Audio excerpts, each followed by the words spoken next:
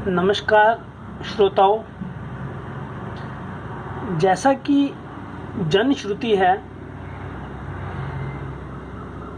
प्रायः लोग ऐसा कहते हैं कि ज्योतिष शास्त्र, सामुद्रिक रहस्य अर्थात हस्तशास्त्र, इनके द्वारा हम भूतकाल में व्यतीत जो समय है उसके बारे में और वर्तमान समय के बारे में बहुत अच्छे से हाथ देखने वाले और कुंडली देखने वाले आपके विषय में बता देते हैं, परंतु आपका भविष्य फल पूर्णतः सटीक रूप से बताने में बहुत कम लोग सामर्थ्यवान होते हैं। कारण यह होता है कि किसी भी विषय का गूढ़ ज्ञान होना परम आवश्यक है। कुंडली में गोचरानुसार नित्य प्रति ग्रह अपना स्थान परिवर्तित करते रहते हैं। जन्म स्थान और गोचर के ग्रहों में नित्य प्रति परिवर्तन होता रहता है। जन्म स्थान के तो ग्रह वही होते हैं, लेकिन उसमें जो गोचर चलता है उस गोचर के अनुसार उसका फल जो है वो परिवर्तित होता रहता है। इसी तरह से हाथ की रेखाएं भी हमारा भूतकाल, वर्तमान काल और भविष्य काल, इन हाथ की रेखाओं से भी देखा जाता है। यह अत्यंत ही गूढ़ विषय है जिसे जानना प्रत्येक मानव के लिए सामर्थ्य नहीं है। इसके लिए ईश्वर कृपा, ईश्वर की अनुकंपा होना बहुत जरूरी है। यह इतना गूढ़ विषय है कि इस पर विचार कर पाना आम व्यक्ति का विषय नहीं है। हाथ की रेखाएं इस तरह परिवर्तित होती हैं जिस तरह आकाश में चलते बादल अनेकों रूप बदलते हैं। कभी घोड़ा, कभी ऊंट, कभी बकरी, कभी कुछ ऐसे बादलों के रूप परिवर्तित होते हैं कि उन पे विचार करना मुश्किल हो जाता है। हालांकि वह भी संकेत देते हैं कि आने वाले समय में क्या होने वाला है, यदि व्यक्ति उस विषय को जानता हो। कभी ईश्वर ने हमें उस लायक बनाया तो हम उस विषय में भी आपको बताएंगे, लेकिन वर्तमान समय में हम आपको ये बताते हैं कि हाथ की रेखाएं भी इसी तरह बदलती रहती हैं। आप यदि नित्य प्रति अपने हाथ को देखते हैं तो आप देखेंगे कि हाथ की रेखाएं भी परिवर्तनशील हैं। कुछ मोटी सटीक रेखाओं को छोड़ के छोटी रेखाएं नित्य प्रति कुछ दिनों में परिवर्तित होती रहती हैं। तो जैसे जैसे वो रेखाएं बदलती हैं वैसे वैसे वह हमारे भाग्य का, हमारे कर्म का निर्धारण करती हैं। लेकिन वह देखने के लिए आपको विशेष ज्ञान प्राप्त होना चाहिए। वह विशेष ज्ञान ईश्वर की अनुकंपा, ईश्वर की कृपा के बिना सुलभ नहीं है। इस प्रकार हाथ में जब छोटी छोटी रेखाएं उदय होने लगती हैं जो थोड़े ही भेद से फल में महान भेद पैदा कर देती हैं, क्योंकि भूतकाल और वर्तमान काल जैसे आपको बताया होता है, कुछ लोग जो हाथ दिखाते हैं उन्हें पता होगा, लेकिन भविष्य में उनके साथ वैसा नहीं होता, कुछ परिवर्तन हो जाता है। क्यों? कि वो रेखाएं बदलती रहती हैं। तो आपको बदलती रेखाओं के साथ सटीकता से फल बताना आना चाहिए। यदि आप उस विषय में ज्ञान प्राप्त करना चाहते हैं तो आज जो हम विषय आपके सामने प्रस्तुत कर रहे हैं,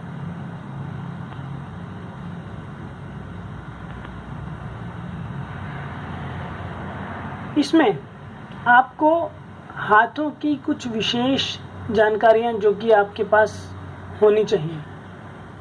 कोई भी व्यक्ति जो हाथ देखता है उसे इन सब बातों का पता होना चाहिए। तो यह प्रारंभिक बातें यदि वह जानता है तो वह आगामी किसी के भूतकाल, वर्तमान काल और भविष्य काल के विषय में कुछ भी कहने में समर्थ हो सकता है। और किसी भी व्यक्ति विशेष के भविष्य का, भूत का और वर्तमान का कहने से पहले आपको उस विषय में गूढ़ ज्ञान होना परम आवश्यक है। यदि आप गूढ़ ज्ञानी हैं तो ही आप उस पर फलादेश कर सकते हैं और करना भी चाहिए। तो अभ्यास से ही सीखा जाता है, अनभ्यासे विषम विद्या। यदि आप किसी भी अभ्यास को छोड़ देते हैं तो आप उस चीज़ को, उस विषय को भूल जाते हैं। तो नित्य प्रति अभ्यास करते रहना चाहिए। तो आज हम आपको अभ्यास के लिए प्रारंभिक ज्ञान जो बताते हैं। सर्वप्रथम यह आपके सामने एक हाथ का चित्र बनाया गया है, जिससे आपको हम एक हाथ का परिचय करवाएंगे। सर्वप्रथम यह हाथ का अंगुष्ठ नंबर 1, नंबर 2 यह है अंगुली, प्रथम अंगुली, जिसे हमने पिछले वीडियो में भी बताया है। इसका क्या नाम है? इसे तर्जनी कहते हैं। इसके बाद नंबर 3 पर यह मध्यमा अंगुली, नंबर 4 पर यह अनामिका अंगुली और नंबर 5 पर यह कनिष्ठिका अंगुली। अब इन अंगुष्ठ और अंगुलियों के बाद हम आते हैं यहाँ पर हाथ के मणिबंध की तरफ। Number 6, number 7, number 8। यह प्रत्येक व्यक्ति के हाथ में 3 मणिबंध होते हैं। कईयों के हाथ में 2 होते हैं, कईयों के हाथ में 1 होता है। स्व भाग्यानुसार व्यक्ति के हाथ में वैसे वैसे मणिबंध ईश्वर द्वारा निर्मित होते हैं।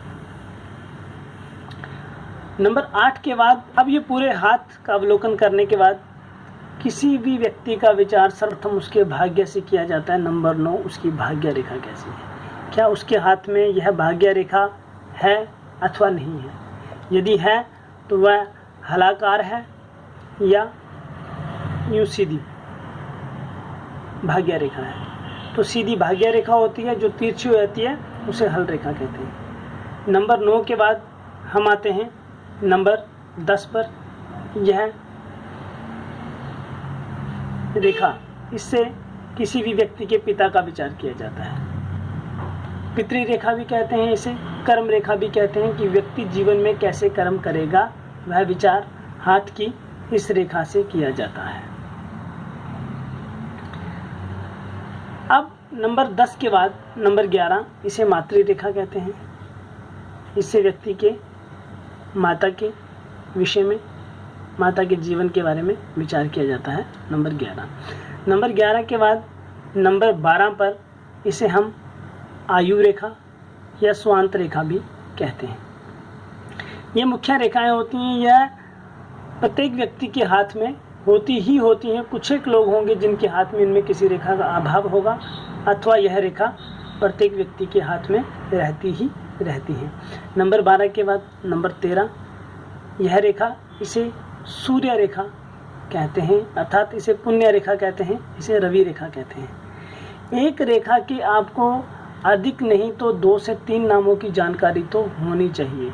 यदि आप हाथ देखने में समर्थ हैं, यदि आप इससे अपना व्यवसाय चलाते हैं, तो आपको इस विषय का ज्ञान होना चाहिए। इसके कम से कम अधिक नहीं तो 2-2, 3-3 नाम तो पता होने चाहिए। नंबर 13 के बाद नंबर 14, यह रेखा परिणय रेखा, ललना रेखा, विवाह रेखा, ये इसके 3 नाम हैं, तो आपको इसका ज्ञान होना चाहिए। नंबर 14 के बाद नंबर 15 पे अब हम आते हैं। इसको बोलते हैं भ्रातृ भगिनी सूचक रेखा। ये रेखाएं जहाँ से भाई बहनों का विचार किया जाता है। नंबर 15 के बाद अब हम आते हैं नंबर 16। यह होती है संतान सूचक रेखा। यहाँ से व्यक्ति के संतान का विचार किया जाता है। यह नंबर 16। नंबर 16 के बाद सर्वप्रथम अंगुली, यह तर्जनी अंगुली का प्रथम पर्व है। यहाँ से मेष आदि राशियों में प्रथम राशि मेष राशि का विचार तर्जनी अंगुली के प्रथम पर्व से किया जाता है। राशि नंबर 2 वृष राशि। वृष राशि का विचार तर्जनी अंगुली के मध्यम पर्व से किया जाता है। मिथुन राशि।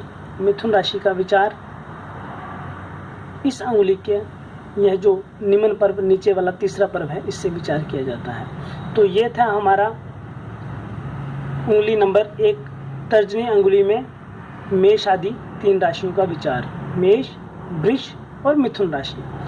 अब हम आते हैं राशि कर्क, जो नंबर 4 की राशि बनती है, उसका विचार इस अनामिका अंगुली के प्रथम पर्व से किया जाता है।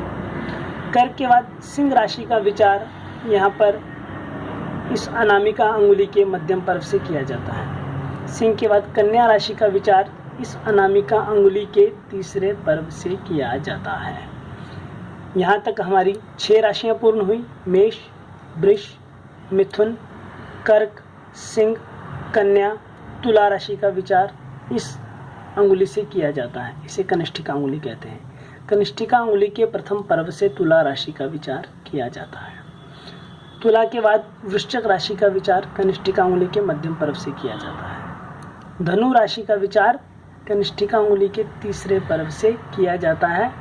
यह नंबर 9 की राशि जिसे धनु राशि कहते हैं। एक बार फिर ध्यान से देख लीजिए, मेष, वृष, मिथुन, कर्क, सिंह, कन्या, तुला, वृश्चिक, धनु और यहाँ पे नंबर 10 की राशि मकर राशि का विचार मध्यम अंगुली से किया जाता है, जो कि हाथ में सबसे विशेष अंगुली होती है, सबसे लंबी अंगुली होती है। तो इसके प्रथम पर्व से यहाँ पर मकर राशि का विचार किया जाता है। मकर के उपरांत 11वीं राशि कुंभ राशि का विचार मध्यम अंगुली के मध्यम पर्व से किया जाता है। कुंभ के बाद मीन राशि जो कि 12वीं राशि होती है, उसका विचार मध्यम अंगुली के तीसरे पर्व से किया जाता है। इस तरह से आपको यह हाथ का ज्ञान, प्रारंभिक ज्ञान होना परम आवश्यक है। यदि आपको यह हाथ का प्रारंभिक ज्ञान सूर्य और 12 राशियों का अर्थात सूर्य आदि जो नवग्रह हैं उनमें से यहाँ पर जो 7 ग्रह विशेष देखे जाते हैं उनके क्या क्या स्थान हैं, उसके विषय में भी आपको जानकारी होनी चाहिए। यह एक हाथ में यदि आप इतनी चीज़ें जानते हैं तो आप किसी के हाथ को हाथ में लेके देख सकते हैं, पकड़ सकते हैं, उसका विचार कर सकते हैं। आपको प्रारंभिक ज्ञान तो होना चाहिए ना। तो इसी तरह से हम आपको आने वाले वीडियो में इनके क्या क्या फल, कैसी कैसी रेखाएं कैसे कैसे फल करती हैं उसके विषय में बताएंगे। अब हम आपको सूर्य आदि ग्रहों के बारे में बताते हैं। यह हाथ का ये जो मध्य भाग है, यहाँ पर सूर्य आदि ग्रहों का विचार किया जाता है। तो सर्वप्रथम यहाँ पर यह भानु स्थान अर्थात सूर्य स्थान है। यहाँ से व्यक्ति के हाथ से उसके जीवन में सूर्य महाराज कैसा फल देने वाले हैं उसका विचार यहाँ से होगा। सूर्य के बाद चंद्रमा का विचार ये चंद्र पर्वत से, जिसे निशा पर्वत, चंद्र पर्वत कहते हैं, यहाँ से आप व्यक्ति के चंद्रमा के विषय में विचार कर सकते हैं, व्यक्ति की मानसिक स्थिति के बारे में विचार कर सकते हैं। उसके बाद चंद्रमा के बाद मंगल के विषय में, मंगल का विचार यहाँ से और यहाँ से किया जाता है, जिसे अंगारक भी कहा जाता है। तो यहाँ पे हाथ के इन हिस्सों से आप व्यक्ति के मंगल के विषय में विचार कर सकते हैं कि मंगल ग्रह कैसा फल देने वाला है। मंगल के बाद यहाँ पे सबसे ज्ञानी, सबसे विद्वान सौम्य ग्रह बुध ग्रह, यह बुध पर्वत है। यहाँ से आप व्यक्ति के बुध का विचार कर सकते हैं। बुध के बाद यह गुरु पर्वत, यहाँ से उसकी लोगों में कैसी गुरुता है, कैसा लोग उसे मान सम्मान देते हैं। यदि उसका विचार करना हो तो व्यक्ति के हाथ के इस पर्व को देखना चाहिए कि लोगों में उसे कैसी गुरुता प्राप्त है। गुरु के बाद यहाँ से शुक्र पर्वत, यह भृगु पर्वत, जिससे उसके जीवन में सुख सौभाग्य इत्यादि का विचार किया जाता है कि उसे जीवन में सांसारिक सुख किस प्रकार के अनुभूत होंगे, फलीभूत होंगे, उसका विचार यहाँ शुक्र पर्वत से। तदुपरांत न्याय के देवता शनि देवता मंद, जिनकी गति सबसे धीमी गति होती है, वह न्याय बहुत धीमी गति से करते हैं, यह शनि पर्वत का स्थान हुआ। इसी तरह से आज आपको हाथ के विषय में जो जानकारी दी गई,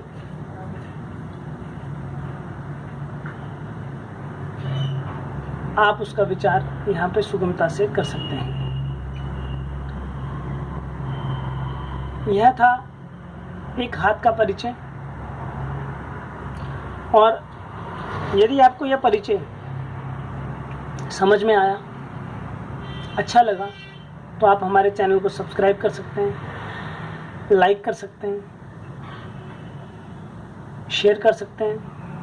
और यदि आपको यह अच्छे से समझ आया तो अधिकस्य अधिकम फलम, आप जितना इसे लाइक करेंगे, जितना इसे शेयर करेंगे, उतने ही जल्दी हम आगामी वीडियो आपके सामने प्रस्तुत करेंगे और आप उतने ही जल्दी हस्तशास्त्र, सामुद्रिक शास्त्र के बारे में ज्ञान प्राप्त कर सकते हैं। तो आप हमारे इस चैनल को देखते रहिए।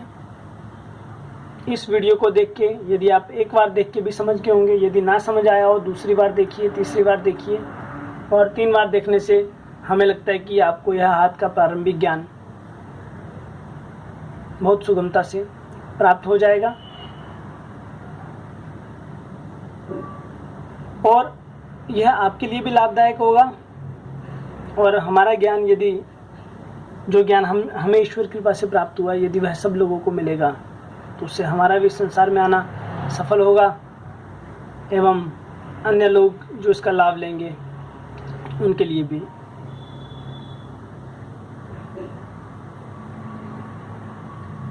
बढ़िया रहेगा।